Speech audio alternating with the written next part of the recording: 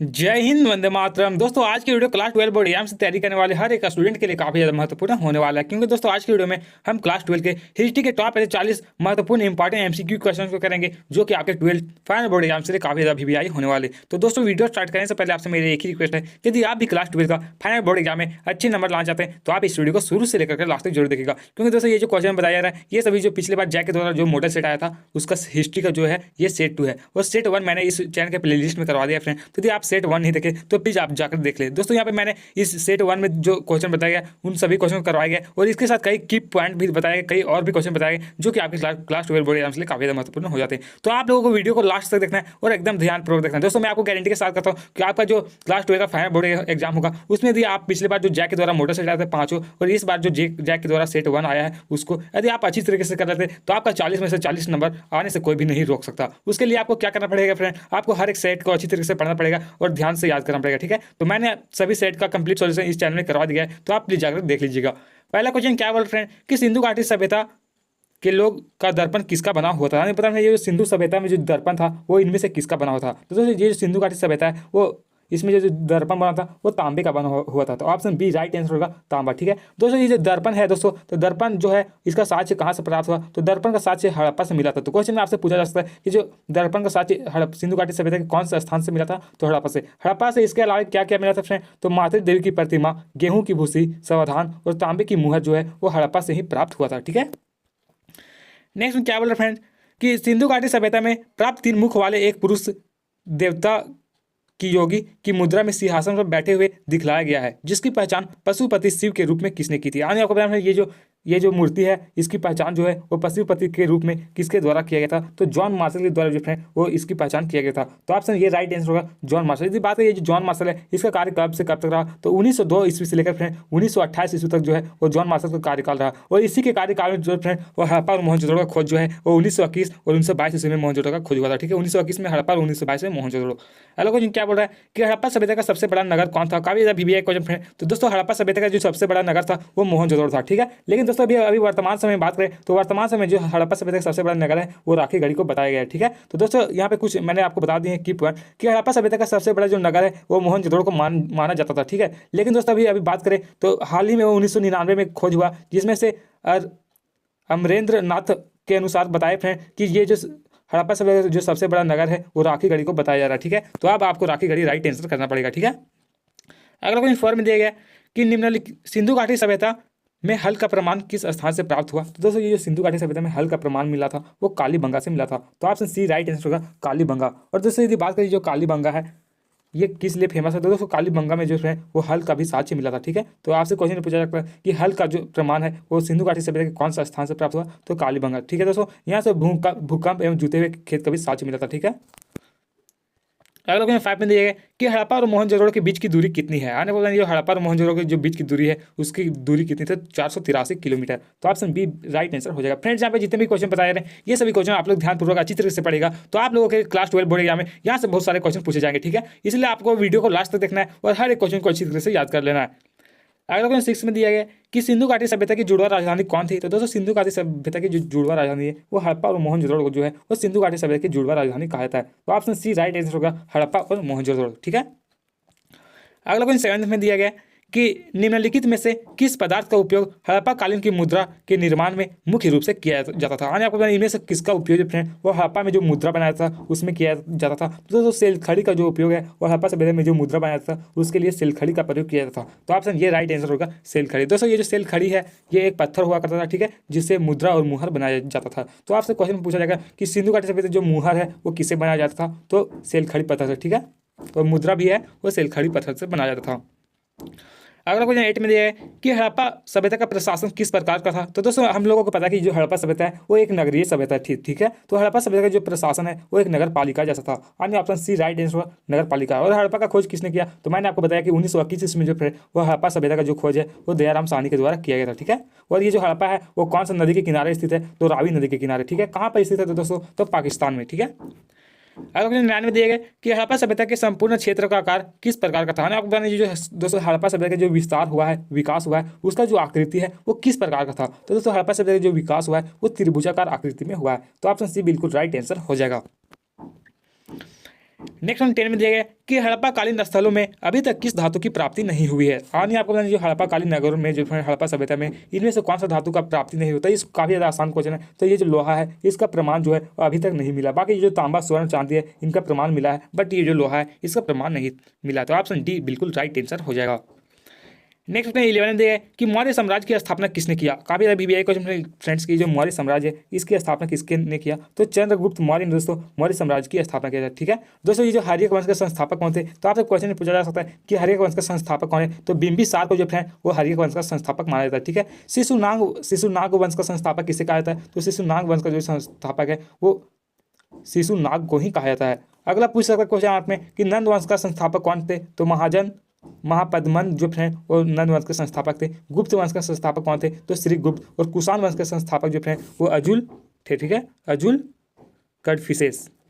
Next 12 में दिया है कि मेघदूत के लेखक निम्न में से कौन है। यानी ये मेघदूत है इसके लेखक कौन है। तो दोस्तों ये मेघदूत के लेखक है वो कालिदास है। यानी option B right answer Kalidas. दोस्तों कालिदास की कई प्रमुख कृति हैं जिसमें से ये जो कुमार संभव ये प्रमुख कृति है, मेघदूत प्रमुख कृति है, ये रघुवंश ये सभी जो है वो प्रमुख कृति हैं कालिदास के। ठीक है, अगला 13 में दिया है कि मौर्य काल में गुप्तचरों को क्या कहा जाता था। यानी ये मौर्य काल में है ये गुप्तचर होते थे, उन्हें क्या कहकर बोला जाता था। तो दोस्तों मौर्य काल में जो गुप्तचर है उन्हें गुड़ पुरुष कहा जाता था। यानी ऑप्शन ये राइट आंसर होगा गुड़ पुरुष। ये दोस्तों गुड़ पुरुष राइट आंसर। दोस्तों ये जो गुप्त विभाग का जो प्रमुख होता था उसको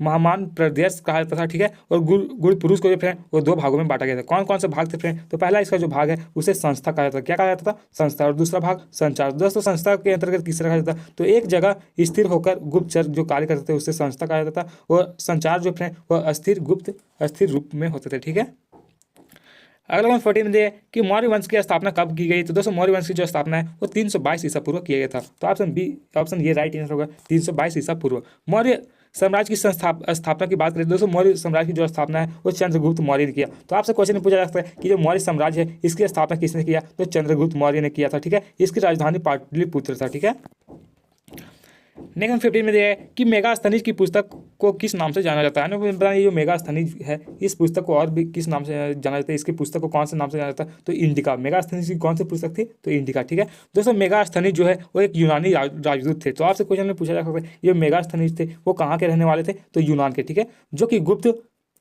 जो कि चंद्रगुप्त मौर्य के दरबार में था। ठीक है दोस्तों, ये जो मेगास्थनीज चंद्रगुप्त के दरबार में आए थे। ठीक है, इस किताब में मौर्य कालीन प्रशासन का वर्णन मिला है। जो इंडिका पुस्तक है इसमें किसके बारे में वर्णन किया गया। तो मौर्य काल में जितने भी काम हुए थे उसके बारे में काफ़ी ज़्यादा वर्णन किया गया है।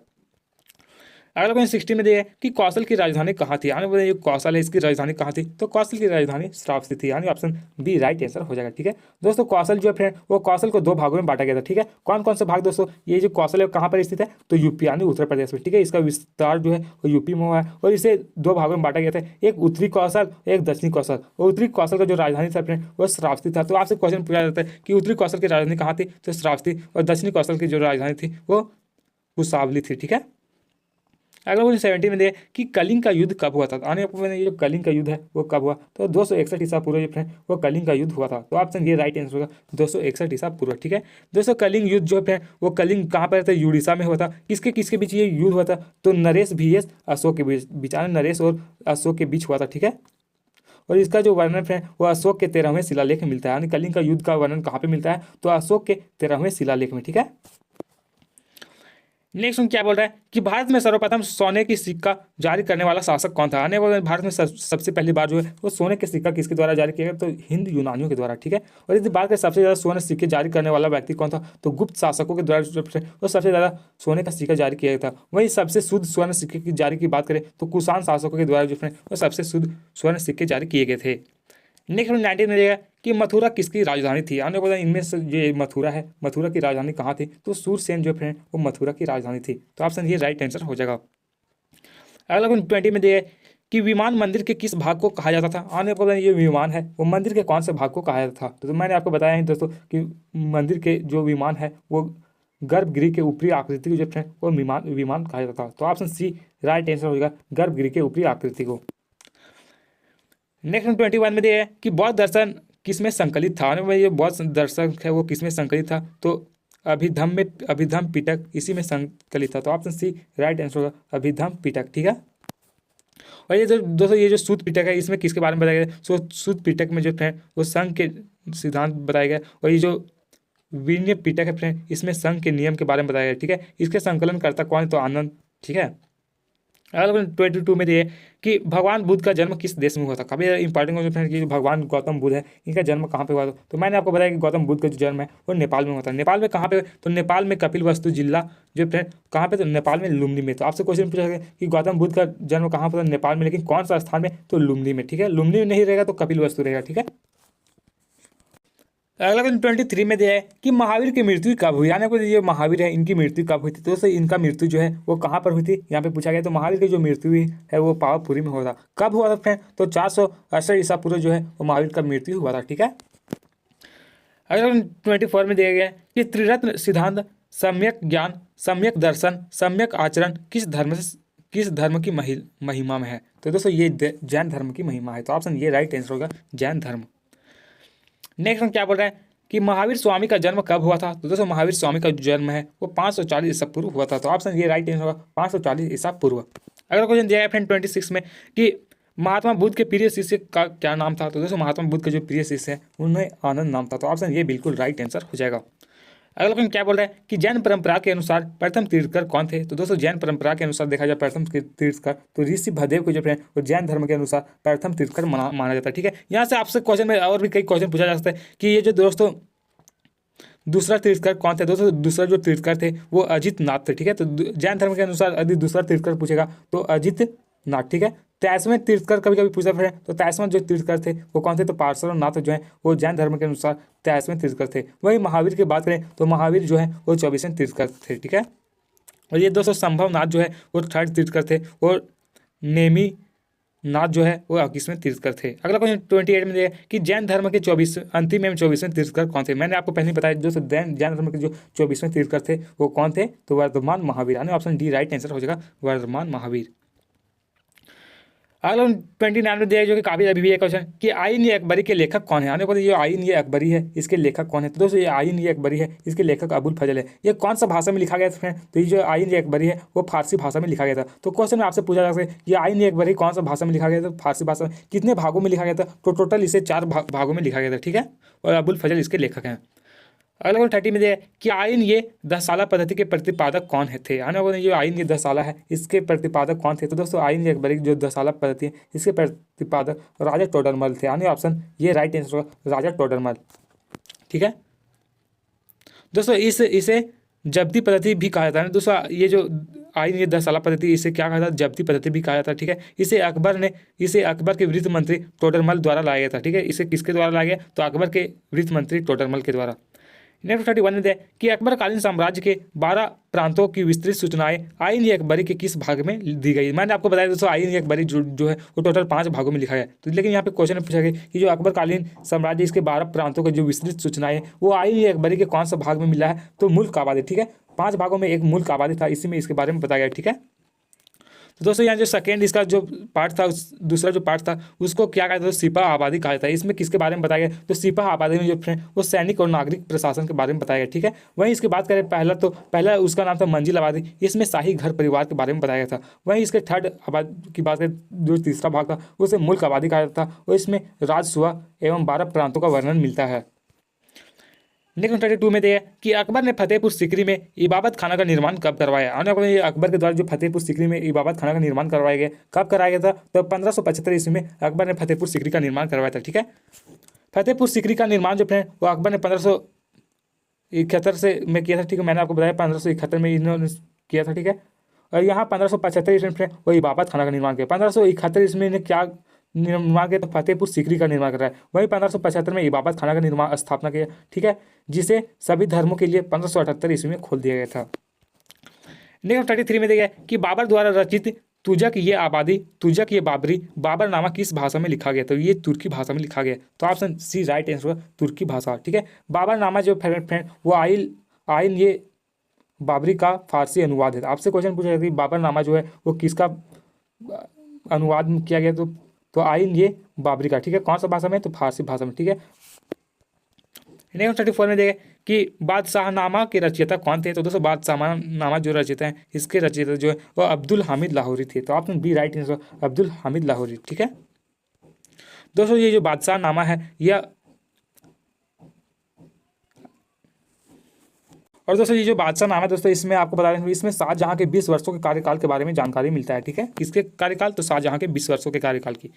अगला 35 में दिया है कि अकबर का जन्म 1542 ईस्वी में किस स्थान पर हुआ था? काफी इंपॉर्टेंट, अकबर का जन्म है वो 1542 ईस्वी में हुआ। ठीक है, कब हुआ फ्रेंड? तो 1542 ईस्वी में। कहाँ पर हुआ? तो अमरकोट में। ऑप्शन सी राइट आंसर हुआ, अमरकोट। ठीक है दोस्तों, अकबर का जो जन्म है उसकी डेट की बात करें तो 15 अक्टूबर 1542 ईस्वी में हुआ। कब? तो 15 अक्टूबर 1542 ईस्वी में। कहाँ पे? अमरकोट में। कहाँ पर दोस्तों? तो ये सिंध पाक में स्थित है। ठीक है, किसके घर में? तो राणा वीरसाल के दरबार में जो है वो अकबर का जन्म हुआ था। वही इनका माता का जो नाम था वह हमीदा बानो बेगम, वहीं पिता का जो नाम है वो हुमायूं था। ठीक है, हुमायूं का पूरा नाम क्या है? आप लोग प्लीज कमेंट बॉक्स में कमेंट करके जरूर लिखिएगा कि जो हुमायूं है इसका पूरा नाम क्या था। नेक्स्ट 36 में दिया फ्रेंड कि अकबर का वित्त मंत्री कौन था? दोस्तों अकबर के वित्त मंत्री की बात करें तो अकबर का जो वित्त मंत्री था वो कौन था? तो अकबर का जो वित्त मंत्री था वो टोडरमल था। यानी ऑप्शन बी राइट आंसर होगा, टोडरमल। नेक्स्ट 37 दे जो कि काफी ज्यादा इंपॉर्टेंट क्वेश्चन है कि कृष्णदेवराय किस वंश से संबंधित थे? आने को जो कृष्णदेवराय है वो कौन से वंश से संबंधित थे? तो तुलु वंश। ठीक है, तुलु वंश से संबंधित थे। तो दोस्तों ये जो विजयनगर साम्राज्य को ने टोटल 4 वंशों ने शासन किया था। कौन कौन वंश? तो संगम वंश, सुलु वंश, तुलु वंश और अराविड वंश। इसमें ये जो तुलु वंश है इसके सबसे महत्वपूर्ण जो शासक है वो कृष्णदेवराय है। ठीक है, नेक्स्ट 38 में देखिए कि विजयनगर साम्राज्य का सर्वश्रेष्ठ शासक कौन था? ना मैंने आपको बताया जो विजयनगर साम्राज्य है इसका भी सर्वश्रेष्ठ शासक बात करें तो कृष्णदेवराय को जो है वो विजयनगर साम्राज्य का सर्वश्रेष्ठ शासक माना जाता है। ठीक है, दूसरी बात करें विजयनगर साम्राज्य इसकी स्थापना कब हुई? तो 1336 ईस्वी में इसकी स्थापना हुआ। किसने इसका स्थापना किया? तो हरिहर और बुक्का दोनों भाई थे। इन लोगों के द्वारा दोस्तों 1336 ईस्वी में विजयनगर साम्राज्य की स्थापना किया गया। ठीक है, और इसमें टोटल 4 वंशों ने शासन किया। नेक्स्ट 39 है कि बहमनी साम्राज्य की स्थापना कब हुई थी? दोस्तों बहमनी साम्राज्य की जो स्थापना है वो 1347 ईस्वी में हुआ था। यानी ऑप्शन सी राइट आंसर हो जाए 1347। अगला क्वेश्चन 40 में दिया फ्रेंड कि यूनेस्को ने हम्पी को विश्व पुरातत्व स्थल कब घोषित किया? आने पर यूनेस्को द्वारा हम्पी को जो है वो विश्व पुरातत्व स्थल कब घोषित किया गया था? तो 1986 ईस्वी में जो फ्रेंड वो विश्व पुरातत्व स्थल घोषित किया। यानी ऑप्शन ये राइट आंसर हो जाएगा। तो दोस्तों आज की वीडियो बस इतना ही। और दोस्तों आप भी क्लास 12 का फाइनल बोर्ड एग्जाम में अच्छे नंबर लाना चाहते हैं तो आपको ज़्यादा कुछ नहीं करना क्या फ्रेंड कि आपका जो क्लास 12 का बोर्ड एग्जाम होगा वो मार्च महीने में होगा। और मैं आपको बता देना चाहता हूँ फ्रेंड कि इस चैनल में जो फ्रेंड वो क्लास 12 का जो है वो बहुत ही बेहतरीन तरीके से तैयारी करवाई है। हर एक सब्जेक्ट का दोस्तों मैंने आपको मॉडल सेट और complete solution chapter by chapter करवा दिया। तो आदि आपने नहीं देखे तो प्लीज चैनल के प्लेलिस्ट में वहाँ से जाकर के आप हर एक सब्जेक्ट का और हर एक मॉडल सेट का कंप्लीट सॉल्यूशन देख सकते हैं। ठीक है।